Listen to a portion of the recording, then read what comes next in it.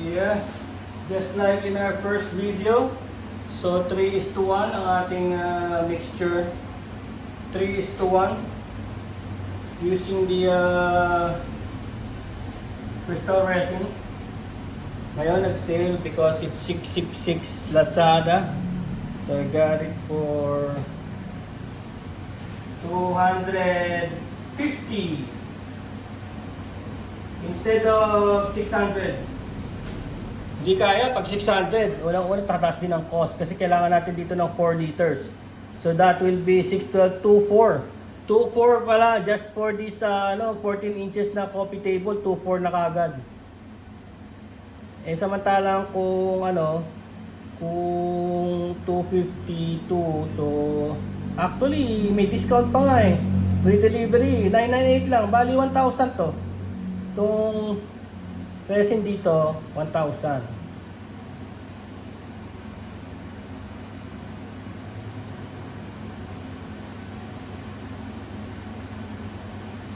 It's just tricky lang dahil this is the first pour. Alam niyo na pag first pour, kailangan tabunan muna natin sila. Tabunan muna natin yung mga laruan. No.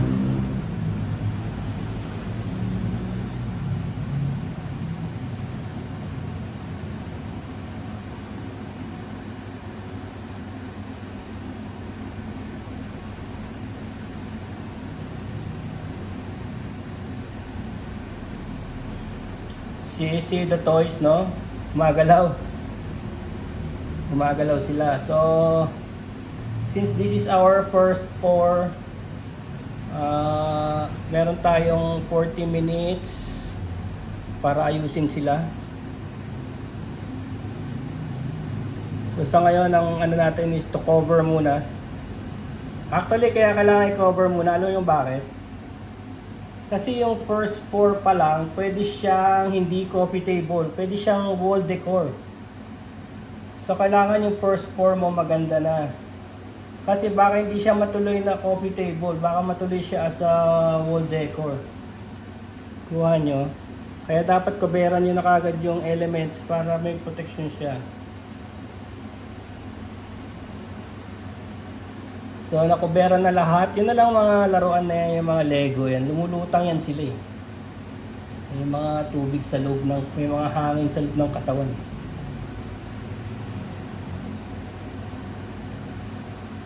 Tsaka nangyayari kasi kahit luma na yung mga bagay, pag nalagyan ng resin, nagiging parang bago. Nagkakaroon siya ng parang gloss.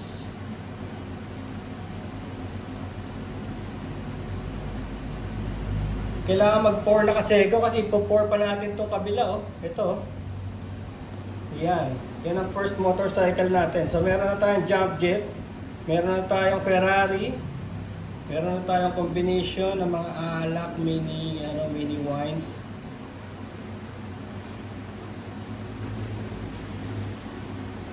So, ito na. Meron tayong 40 minutes to deal with the placement. So habang natutuyo, tama-tama nandito lang ako sa gallery kasi may trabaho ako eh. So dito lang talaga ako. Troublesome lang talaga yung mga Lego, lumulutang sila eh. Pero okay lang na lumutang sila, wag lang sila mag-drift. Nagka-problema ako dati, naalala ko si Batman, grabe si Batman. Nagdi-drift pa eh. Pag iniwanan mo, nasa ibang lugar na siya, susunod eh. May kagaya nito. So, ang dating lang naman na itong tema na to is just childhood, di ba? Childhood natin na maraming laruan, ganyan, iba-ibang klase. Tingnan mo lang yung laruan, parang wala ka ng problema, no? Bumabalik tayo sa kung saan tayo nagsimula. Lalo na pag dumating na yung mga Voltes 5 teams. Abangan nyo, meron tayong mga Voltes 5 teams, Dymos, Grandizer. Yan, magkakaroon tayo ng ganong team. And some with lights. Gagawa na rin tayo ng with lights. So this is the first layer, no? So far, tinitignan ko, wala naman ako nakikitang bubbles. Pero just in case may bubbles tayo, meron tayo dyang hair dryer, no? Just to blow. Pero antayin muna natin kasi ano eh, meron pa naman tayo ilang minutes to check on it. Ayan, meron nga oh. Meron nga over there oh. And hindi lang bubbles. There's hair. There's hair, man.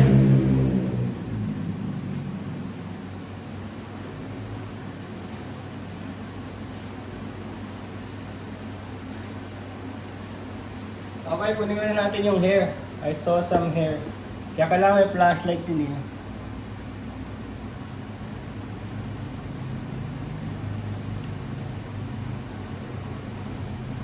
Ito siya oh.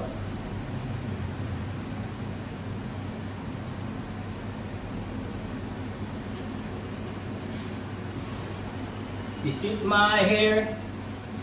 Ah, kung my hair yan, mas mahal to. May DNA pala ako dyan ha. Anyway, may DNA na ako dyan. Sa lamig ko yun eh.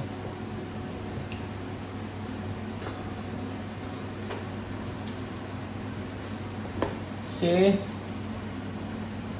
Now, tatanggalin na natin yung mga bubbles, pero siyempre gagalaw yan. Ano gagawa natin? Gagalaw yan.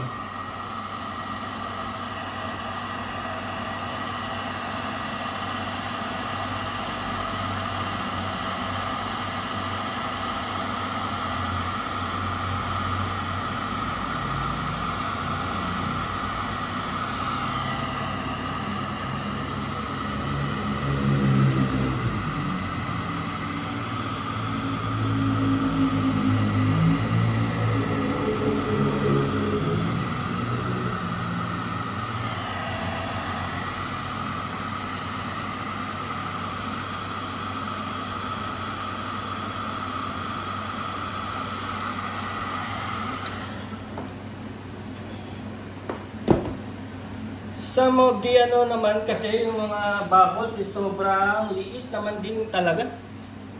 Sobrang liit naman din talaga.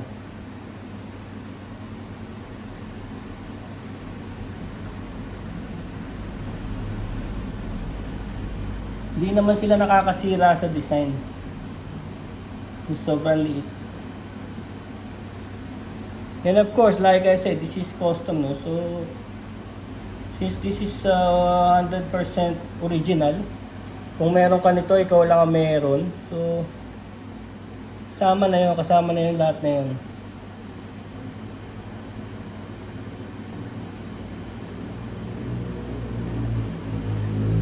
Ayan, ang ganda ng ganda ng pagkaka-park nung motor. And of course, yung sinasabi sa yung mga drifters. Oh.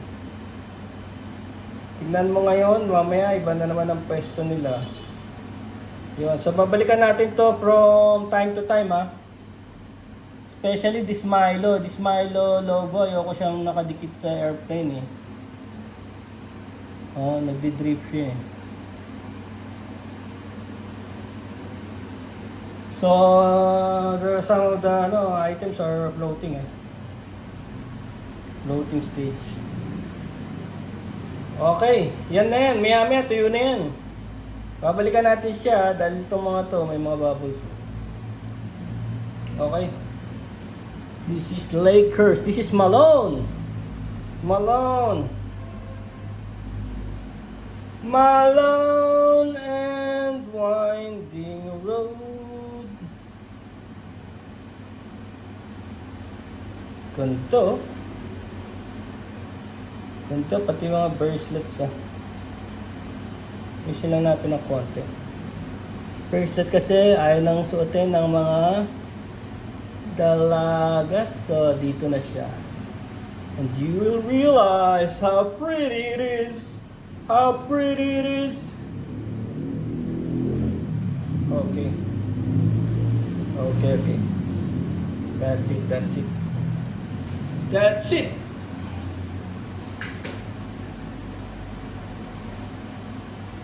Okay, just to give you a glimpse, no, pinanggalingan.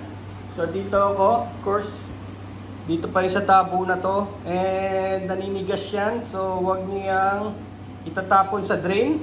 Dahil yan ay talagang babara na super clog. So ito, lagi ko nang ginagamit to. Hindi na ako nagpapalit-palit. Ito, tinatawag ko lang. Hindi mo yan mahugasan. Malagkit yan. Matigas, masakit sa balat. So kita nyo naman, wala akong gloves.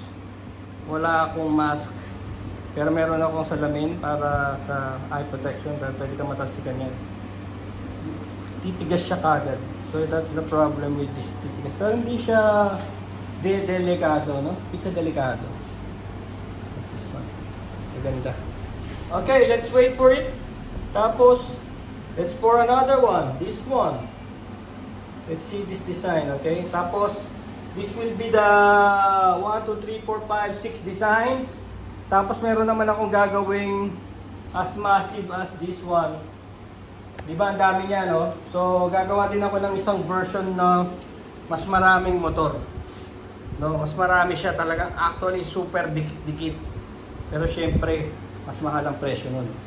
Ito naman yung 6 design na hindi masyado magulo. Pero of course, nandito na yung Kawasaki Ninja, Yamaha, pang jump.